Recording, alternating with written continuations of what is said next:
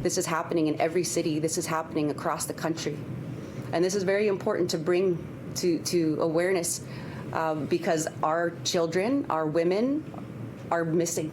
The family of Serenity Morisseau says she was assaulted and almost abducted in a Winnipeg cab over the weekend, and now the family is speaking out ahead of the National Day for Truth and Reconciliation, trying to ensure that no Indigenous woman ever ends up in a dangerous situation in a cab again. I don't regret doing what I did. I'm happy that I saved my own life. I'm happy that I'm here to tell this story, and I'm happy that other people are going to be able to tell their stories because of this. Serenity Morisseau was alongside the Assembly of Manitoba Chiefs Tuesday, who plan to use their resources and connections to help Morisseau evoke change in court, should that be the avenue the family wishes to pursue. It's quite tragic, and oftentimes we take things for granted. If I get in a cab, regardless of where I am, I never worry about my safety.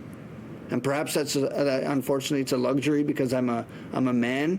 But I never do. I can't help but think back to all of the other families and all of the other young women who've had these terrible experiences in taxis. And it's long-standing. And I think that it's really important that there's momentum built.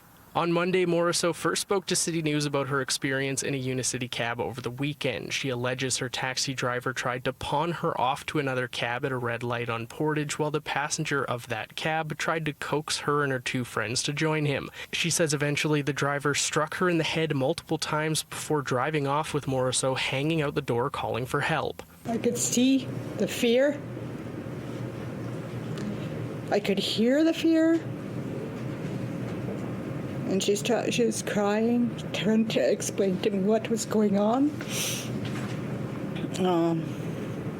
It was so heartbreaking. It was really shocking, but it's also shows everyone that it could be your child next, And this is why we're sitting here today, is to make sure and ensure that this doesn't happen to anyone ever again, because that felt so helpless.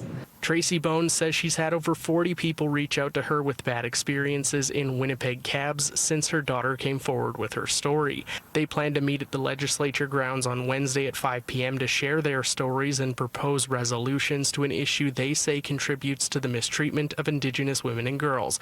City News reached out to Unicity again for a comment on this story. We did not hear back. In Winnipeg, Mike Albanese, City News.